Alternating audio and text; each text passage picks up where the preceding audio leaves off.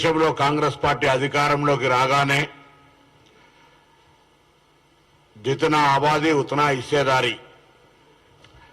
జనాభా తామాషాన ప్రాధాన్యత ప్రతిఫలాలు దొరకాలనేటువంటి ఆలోచనతోటి ఈ దేశవ్యాప్తంగా ఉన్నటువంటి బలహీన వర్గాలకు న్యాయం చేయాలనే ఆలోచనతోటి అనేక సందర్భాల్లో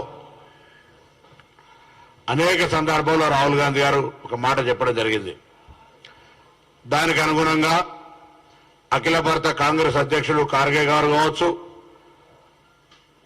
ఇన్ఛార్జ్ కేసీ వేణుగోపాల్ గారు కావచ్చు, ప్రియాంక గాంధీ గారు కావచ్చు, సోనియా గాంధీ గారు కావచ్చు, దాని తదుపరి మా రాష్ట్ర ఇన్ఛార్జ్ దీపాదాస్ మున్షి గారు కావచ్చు, మిగతా సెక్రటరీలు కావచ్చు, తెలంగాణ రాష్ట్రంలో ఎన్నికల మేనిఫెస్టో పెట్టడం జరిగింది. తెలంగాణలో కాంగ్రెస్ ప్రభుత్వం అధికారంలోకి రాగానే బీసీ కుల జనగణన చేస్తామనే మాట చెప్పడం జరిగింది. అదే సందర్భంగా గౌరవ ముఖ్యమంత్రి గారు మొన్న బీసీ సంక్షేమ శాఖకు సంబంధించిన రివ్యూ చేసే సందర్భంలో శాఖ తరఫున ఈ ప్రతిపాదన తీసుకొని రాగానే వెంటనే దీన్ని సంబంధిత అధికారులకు ఆదేశించి ఇప్పటికే చట్టపరంగా ఏ విధంగా ఈ యొక్క బిల్లు బీసీ జనగణనకు తీసుకోవాల్సిన అంశాలు ఉన్నాయో అటు న్యాయశాఖ కావచ్చు, ఇటు శాసనసభ సెక్రటరీ ద్వారా కావచ్చు, మా ప్రిన్సిపల్ సెక్రటరీ సంప్రదింపులు ప్రారంభం చేయడం జరిగింది. ఈ శాసనసభ సమావేశాల లోపల బీసీ జనగణనకు సంబంధించి చట్టపరంగా ఎటువంటి ఇబ్బందులు లేకుండా భవిష్యత్ తరాల్లో ఒక నిబద్ధతతోటి రాజకీయ, సామాజిక, ఆర్థిక అన్ని రకాలుగా బీసీ జనాభాకు లాభమయ్యే విధంగా ఈ దేశానికి మార్గదర్శకత్వం ఉండే విధంగా ఈ బీసీ జనగణన తెలంగాణ ప్రభుత్వం చేపట్టబోతుందని చెప్పడానికి బీసీలందరినీ కూడా గర్వంగా రేపొద్దున ఈ అంశానికి సంబంధించిన దాని లోపల కాంగ్రెస్ పార్టీ ఎన్నికల మేనిఫెస్టోకు కట్టుబడి అమలు చేస్తుంది కాబట్టి ఈ కార్యక్రమాన్ని గాంధీ భవన్లో చెప్తా ఉన్నాం. కాంగ్రెస్ పార్టీ బలహీన వర్గాల పార్టీ. కాంగ్రెస్ పార్టీ దేశవ్యాప్తంగా కూడా అధికారంలోకి రాగానే రాహుల్ గాంధీ గారు చెప్పినట్టుగా దేశవ్యాప్తంగా కూడా కుల జనగణన జరుగుతుంది. దానికి ఈరోజు నిదర్శనమే తెలంగాణ రాష్ట్ర ప్రభుత్వం ఈ నిర్ణయం తీసుకోవడం అనే మాట సందర్భంగా మనం చేస్తా ఉన్నాం. దీని లోపల కూడా పూర్తిగా ఎటువంటి ఇబ్బందులు లేకుండా ఉండడానికి కొరకు రిటైర్డ్ ఐఏఎస్, ఐపీఎస్ బలహీన వర్గాలకు సంబంధించిన వాళ్ళ సలహాలు కానీ, న్యాయపరమైనటువంటి సలహా సూచనలు కావచ్చు, రిటైర్డ్ జడ్జిలకు సంబంధించి కావచ్చు, లేదా ప్రొఫెసర్స్, రిటైర్డ్ ప్రొఫెసర్స్ అందరినీ కూడా సలహాలు తీసుకునే కార్యక్రమం కొనసాగబోతోంది 2-3 రోజులు అసెంబ్లీ కంటే ముందే. అదేవిధంగా బీసీ సంఘాలందరూ కూడా కోరుతా ఉన్నాం, దీని మీద మీ సూచనలు, సలహాలు ఏమున్నా తెలంగాణ ప్రభుత్వం ఇన్ ప్రిన్సిపల్ డిసిషన్ తీసుకుంది. తెలంగాణ రాష్ట్రంలో బీసీ కుల జనగణన జరపడానికి నిర్ణయం తీసుకుంది. దానికి సంబంధించి భవిష్యత్తులో ఎటువంటి ఇబ్బంది, న్యాయపరం లేకుండా ఉండడానికి కొరకు అవసరమైన సలహా సూచనలు ఇవ్వమని సందర్భంగా కోరుతా ఉన్నాం. గౌరవ ముఖ్యమంత్రి రేవంత్ రెడ్డి గారి నాయకత్వంలో మిగతా మంత్రివర్గ సభ్యులందరి సహకారంతో నిధుల కేటాయింపు, అవసరమైన నిధుల కేటాయింపు కూడా శాఖాపరమైన ఏర్పాట్లు చేస్తా ఉన్నామనే మాట కూడా ఈ సందర్భంగా మనం చేస్తున్నాం. క్షేత్రస్థాయిలో దీని నిర్వహణకు అయ్యేటువంటి నిధుల కేటాయింపు కూడా జరగబోతా ఉంది. శాస్త్రీయంగా ఎటువంటి ఇబ్బంది లేకుండా ఉండే విధంగా జరపాలనేటువంటి ఆలోచనతో ప్రభుత్వం ఉంది. కాబట్టి దీనికి అన్ని రకాల హక్కులు, హంగులు ఏర్పాట్లు చేసుకునే దిశ లోపల అందరికీ ఈ అంశం మీద ఎవరెవరికైతే అన్ని రాజకీయ పార్టీలు కూడా రాజకీయపరమైనటువంటి చర్చలు కాకుండా ప్రభుత్వం తీసుకునేటువంటి ఒక గొప్ప నిర్ణయం నిజంగా బలహీన వర్గాల పట్ల చర్చిస్తుంటే, ప్రేమ ఉంటే మిమ్మల్ని కూడా ఆహ్వానిస్తా ఉన్నాం. మీరేమైనా సలహాలు ఇవ్వదలుచుకుంటే దానికి అభ్యంతరం లే. ఇది బలహీన వర్గాల ఉన్నతి కొరకు తీసుకోబడుతున్న నిర్ణయం. తప్పకుండా ఇప్పటికే దక్షిణ భారతదేశంలో కావచ్చు, కర్ణాటక, కేరళ, తమిళనాడు, ఆంధ్రప్రదేశ్ ఇతర రాష్ట్రాల లోపల ఒక బలహీన వర్గాలకు సంబంధించి ఒక ఎజెండా ఉంది. తెలంగాణ రాష్ట్రంలో కూడా కాంగ్రెస్ ప్రభుత్వం అటువంటి సానుకూలంగా నిర్ణయం తీసుకోపోయే ఆలోచనతో ఉంది అనేటువంటి మాట సందర్భంగా మనం చేస్తూ ఇందుకు సంబంధించి మా మేనిఫెస్టో అమలుకు సంబంధించిన విషయం లోపల ముందుకు పోతున్నామని చెప్పేటువంటి ఒక కార్యక్రమంలో భాగంగా మీ అందరూ కూడా సహకరించమని, ఈ అంశం చేపట్టడం ద్వారా రాబోయే కాలంలో బలహీన వర్గాలకు న్యాయం జరుగుతుంది. ఎవరొచ్చినా అధికారంలో ఏమున్నా బలహీన వర్గాల వాటా అది స్థానిక గ్రామ పంచాయతీల రిజర్వేషన్ల అంశం కావచ్చు.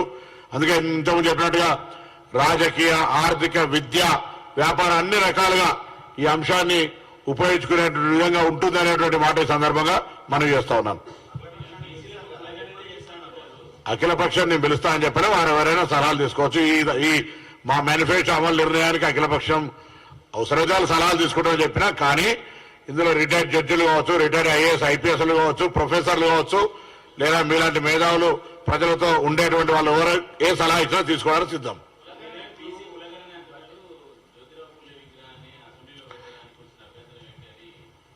పది సంవత్సరాలు ఎందుకు కట్టలేదని అడుగుతాను. ఇప్పుడు ఇవాళ మేము ఒక మంచి కార్యక్రమం తీసుకున్నప్పుడు ఎవరు పడితే అది ఏది వాగుతో దానికి జవాబు చెప్పే అవసరం లేదు.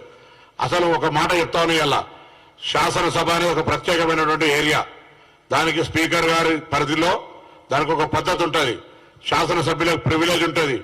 రాజకీయం చేయాల్సుకుంటే బయట ఎక్కడైనా రాజకీయం చేయండి. శాసనసభ ప్రిన్సెస్ లో శాసనసభ్యురాలు కానిటువంటి వ్యక్తి ఇవి రాజకీయం చేయడం ఇది మంచిది కాదు. శాసనసభ గౌరవాన్ని కూడా మంచిది కాదు. మీరు మీ తండ్రి గారు అధికారంలో ఉన్నప్పుడు 10 సంవత్సరాలు ఏం చేసినారని అడుగుతాను. దాంతో పాటుగా నిజంగా మీకు బలహీన వర్గాల పట్ల చిత్తశుద్ధి మీరు పూలే ట్రస్ట్ అని లేదా ఇంకేదో రకరకాల దేశం తిరుగుతూ ఉంటా ఉన్నారు కదా, మీరు మీ పార్టీలో ఉన్నటువంటి తెలంగాణ రాష్ట్ర సమితి అధ్యక్ష పదవి, శాసనసభ పక్ష పదవి, కార్యనిర్వాహక అధ్యక్ష పదవి మీ కుటుంబ సభ్యులు 3 ఉన్నారు కదా, ఒక బీసీ, ఒక ఎస్సీ, ఒక ఎస్టీకి ఇచ్చి అప్పుడు న్యాయము, సామాజిక న్యాయం గురించి మాట్లాడే అడుగుతుంటారు తప్ప ఊరికనే ఏది పడుతుంది మాట్లాడితే నీకు చెల్లుతుంది అనుకోవద్దు. ఇప్పుడు మీరు లిక్కర్ బిజినెస్ లో బిజీగా లేరు కాబట్టి ఊరికనే బీసీ నినాదం ఎత్తుకొని టైం పాస్ చేస్తా అంటే ఇది బీసీల ఆత్మగౌరవం ముచ్చట. ఇక్కడ బీసీల మంత్రి కూర్చున్నాడు, ఎక్కడ పడితే అట్లా కాకుండా జాగ్రత్తగా నాలుక దగ్గర పెట్టుకొని మాట్లాడమని ఊరికి ఇంతకుముందే.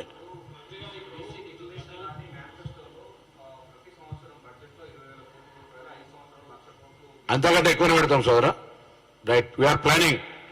గురుకులాల నిర్మాణం కావచ్చు, మెచ్చార్జీల పెంపు కావచ్చు, సమీకృత హాస్టళ్ల నిర్మాణం కావచ్చు, అన్ని రకాల కార్యక్రమాలు మేము గతంలో శాసనసభను ప్రశ్నించినట్టుగానే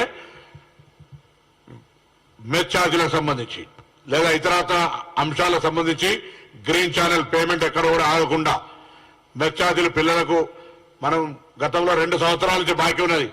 నాణ్యమైన వస్తువులు అడిగేటువంటి పరిస్థితి లేదు. మధ్యాహ్నం భోజనం చేసేటువంటి, వంట చేసేటువంటి వాళ్ళ పేమెంట్తో ఇటువంటి ఎక్కడ కూడా నయా పైసా ఆగకుండా గ్రీన్ ఛానల్ ఏర్పాటు చేయబోతా ఉన్నా. రాబోయే కాలంలో కూడా గౌరవ ముఖ్యమంత్రి గారు అంగీకరించారు. నేను ఒక శాఖ మంత్రి గారు ధన్యవాదాలు చెప్తా ఉన్నాను. ఇందుకు సంబంధించి not only BC welfare minister, BC, SC, ST, minority శాఖల కార్యదర్శులకు ఆదేశం ఇచ్చినారు. దాని ప్రణాళిక చేయమని చెప్పి ఆ ఆర్థిక శాఖ మంత్రి, డిప్యూటీ చీఫ్ మినిస్టర్ గారు కూడా ఈ విషయంలో వెరీ మచ్ కన్సర్న్. కాబట్టి ఈ అంశాలు ఎక్కడ కూడా సంక్షేమానికి సంబంధించి పేద విద్యార్థులు చదువుకునే విధంగా వాళ్ళకు సంబంధించినటువంటి మెచ్చార్జీలు ఇతరత్ర కిరాయిలు కావచ్చు లేదా ఇతరత్ర ఎక్కడ ఉండదు. అందుకే ఎడ్యుకేషన్, వెల్ఫేర్ ఎడ్యుకేషన్ పటిష్టం చేయాలని గతంలో పెండింగ్ ఉన్నటువంటి 6,000 పైన గురుకులాల టీచర్ల నియామకానికి సంబంధించి కూడా ఆర్థిక పరమైన అంశాన్ని మా ప్రభుత్వం గ్రీన్ సిగ్నల్ ఇచ్చింది.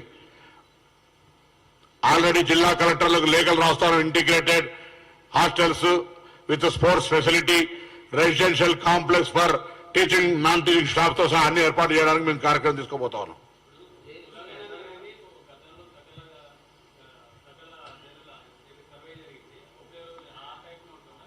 డీటెయిల్గా ఉంటుంది దీనికి సంబంధించి. అందుకే నేనేమంటున్నా, మా దగ్గర ఉన్న ఆలోచనతో పాటుగా మీకు కూడా ఏదైనా సలహా సూచన చేయదలుచుకుంటే ఐఎమ్ రెడీ, ఓపెన్.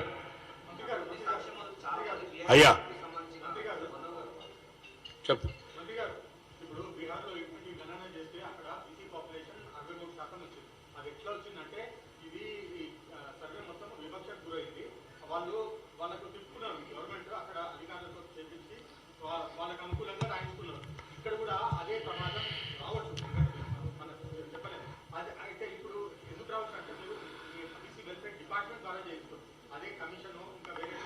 నేను బీసీ వెల్ఫేర్ డిపార్ట్మెంట్ ద్వారా చేయిస్తానులే, కమిషన్ ద్వారా చేయిస్తానులే. నేను ఇన్ ప్రిన్సిపల్ డిసిషన్ తీసుకున్నా. ఇందులో ఏ విధంగా చేస్తే భవిష్యత్తుకు ఇబ్బంది లేకుండా న్యాయపరంగా క్షేత్రస్థాయిలో 100% బీసీలకు న్యాయం జరిగే విధంగా ఉంటుందో నేను సలహా అడుగుతా ఉన్నా. మేము శాసనసభ లోపల దీన్ని చర్చకు కూడా తీసుకుపోతాం. శాసనసభ లోపల కూడా వాళ్ళందరి ఆమోదము, వాళ్ళందరి సలహాలు, సూచనలు కూడా స్వీకరిస్తాం. అందుకే ఇందులో అనుభవజ్ఞులైనటువంటి పాత బీసీ కమిషన్ల చైర్మన్లు కావచ్చు, లేదా నేను కూడా పార్లమెంట్ సభ్యుడిగా ఉన్నప్పుడు పార్లమెంటరీ ఓబీసీ కమిటీ మెంబర్గా దేశంలో 20 రాష్ట్రాలు జరిగినాం. కాబట్టి నాకు కూడా ఒక అవగాహన ఉంది. దాన్ని ఏ విధంగా చేయాలనే ఆలోచన వ్యక్తిగతంగా concern minister my own idea అయినా నేను తప్పకుండా దానికి సంబంధించిన విషయం లోపల అందరి ప్రొఫెసర్స్ కావచ్చు, ఈ కన్సర్న్ ఎవరికైతే ఉందో బ్యాక్వర్డ్ క్లాస్ పనిచేయాలన్న ఆర్గనైజేషన్స్ కొన్ని ఉన్నాయి, వాళ్ళందరూ ఒపీనియన్ తీసుకుంటాం. దానికి ఎక్కడ కూడా భవిష్యత్తులో అటువంటి విమర్శ, అటువంటి అవకాశం లేకుండా ఉండే విధంగా చర్యలు తీసుకుంటాం. మీరు అనుమానపడే అవసరం లేదు. ఆళ్ళే సోళ్ళే కొడుకు పేరు సోమని కానీ అనుమానపడకు. అది ఇప్పుడు సబ్జెక్ట్ కాదు ఇక్కడ. నో సబ్జెక్ట్ అది ఇప్పుడు కాదు. నో అది సబ్జెక్టే కాదు. ఓన్లీ ఇది ఓబీసీ కుల జనగణన. నీకు ఎప్పుడు డిబేట్ అయ్యాలి, బాగా అలవాటు అది. ఇంకా అందరికి ధన్యవాదాలు. ఈ యొక్క బీసీ కుల జనగణన అంశానికి నేను పాత్రికేయ మిత్రులందరూ కూడా సహకారం అడుగుతా ఉన్నా. పారదర్శకంగా రాబోయే సమాజంలో వెనుకబడిన వర్గాల కోసం జరుగుతున్న ఈ యొక్క నివేదిక చేయాలని చెప్పి కోరుతున్నా. మా గౌరవ వేములవాడ శాసనసభ్యుడు, ప్రభుత్వ విప్ ఆది శ్రీనివాస్ గారు, ఓబీసీ చైర్మన్ నూతి శ్రీకాంత్ గారు, ఎప్పుడు బీసీల హక్కుల కొరకు కొట్లాడే సీనియర్ నాయకుడు పిసిసి వైస్ ప్రెసిడెంట్ నిరంజన్ గారు, మిగతా వాళ్ళందరూ కూడా రావాల్సి ఉంటారు. కానీ వివిధ కార్యక్రమాల వల్ల వాస్తవంగా 12 అయితే అందరూ అందుకుంటారు. ఈ గాంధీవన్ అలవాటు అయిపోయింది. మేమేమో 12 గంటలకు మా దగ్గర వేములవాడ టెంపుల్ డెవలప్మెంట్ అథారిటీ సమావేశం పెట్టుకున్నాం. దాని గురించి ముఖ్యమంత్రి గారు టైం ఉంది కాబట్టి నేను హరి గారిని ప్రొఫెసర్ రిక్వెస్ట్ చేసి టైం ప్రిపోన్ చేసుకున్నా. 11 గంటలకు కూడా మీరు లేచి ఉదయాన్నే వచ్చినందుకు మీ అందరికీ ప్రత్యేకించి ధన్యవాదాలు. అరే మీరు ఇప్పటి నుంచి నేనేదో కోరుతున్నా హరి గారిని, make it 11 as a time, not 12. కరీంనగర్లో మా పల్లెటూళ్ళలో 9 గంటలు లేస్తారు, మీరేమో అయిందా ఇది?